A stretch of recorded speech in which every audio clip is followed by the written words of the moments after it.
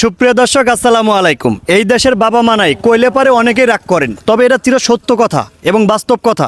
এই যে রাস্তাটা দেখতে পাচ্ছেন, এটা হলো 200 কোটি টাকার রাস্তা। আপনি বুঝিয়েন না, না আপনি কি মনে করছেন হাশেম ভাই মিথ্যা কথা বলতেছেন? না, এই রাস্তাটা হলো আপনার 18 কিলোমিটার।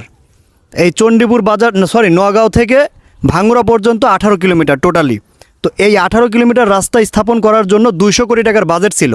এইটা কি 200 কোটি টাকার রাস্তা? না না, একটু দেখেন আপনারা। এই দেশের কোনো বাবা মা নাই, আপনি টাকা দিবেন, টাকাটা শুধু ইনভেস্ট হবে কিন্তু কাজ হবে না কখনোই। এই যে দেখতেছেন রাস্তা কিন্তু 200 কোটি টাকার। একটু কথাটা বুঝে বললেন। এটা আমরা দীর্ঘদিন যাবত, আমার বয়স প্রায় 25 বছর প্লাস, 26 বছরের কাছাকাছি। তো আমার জ্ঞান হওয়ার পর থেকে আমি এরকম দেখতেছি। এইটার কোনো উন্নয়ন আমি এখন পর্যন্ত দেখি নাই। তবে দলটা আমার ক্ষমতায় নেওয়া লাগবে, দলটা আসার সঙ্গে সঙ্গে সাইটে পুটে খাওয়া লাগবে, এটাই আমাদের একমাত্র টার্গেট। আপনারা লক্ষ্য করলে দেখতে পাবেন আমাদের এলাকায় বর্তমানে বিভিন্ন প্রকার রাজনৈতিক দল কিন্তু গঠন হয়েছে। এপি সেপি এনসিপি নানান সিপি আছে।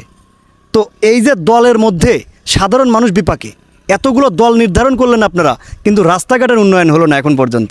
যে কারণে বলতে চাই ভাই, দলটা ক্ষমতায় গেলে তো সাইডে পুটে খাবেনি। তো এই যে নির্বাচন, এই যে এত এত আপনাদের আন্দোলন মিছিল, এইগুলো না কইরা পারলে এই কাজগুলো একটু উন্নয়ন করেন। কারণ মানুষের বর্তমান যা হেনস্থা, তাতে আর বাসার থেকে